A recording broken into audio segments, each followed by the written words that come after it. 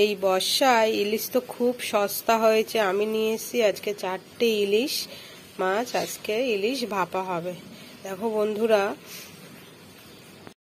দেখো বন্ধুরা মাছগুলো আমি কেটে পরিষ্কার করে নিয়ে এসেছি। আমার মা বলে ইলিশ মাছ নাকি কেটে তারপরে ধুলে নাকি খুব টেস্টি লাগে, তাই আমিও আজকে তাই করেছি। মাছগুলো ধুয়ে তারপরে কেটে নিয়ে এসি। তারপরে এর সঙ্গে আছে এই মশলাগুলো দেব।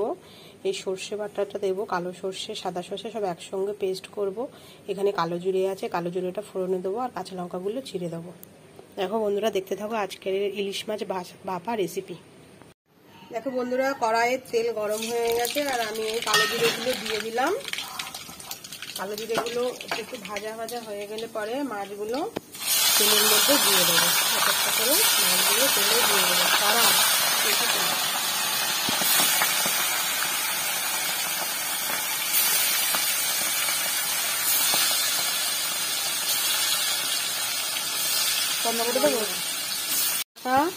সর্ষে বাটাগুলো আমি জলের মধ্যে মিক্সড করে দেবো।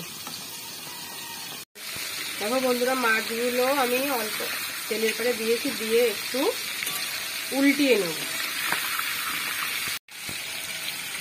এই সর্ষে বাটার জলটা এবারে দিয়ে দেবো। এটা দিয়ে দিলাম, দিয়ে পরে এবার স্বাদ মতন লবণ, স্বাদ মতন হলুদ আর লবণ দেবো।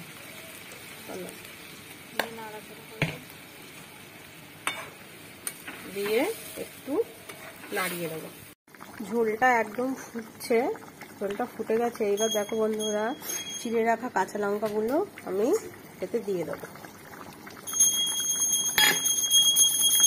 দেখো বন্ধুরা আমি গ্যাস বন্ধ করে দিয়েছি। এবার ইলিশ ভাপা রেসিপিটা একদম রেডি হয়ে গেছে। এবার আমি আস্তে আস্তে এটা একটা বাটিতে ঢেলে নেবো। নামানোর আগে একটু সরষের তেল ছড়িয়ে দিয়েছি, একটু টেস্টটা একটু গন্ধটা আসবে। এবার আমি এটা বাটিতে ঢেলে নেবো। দেখো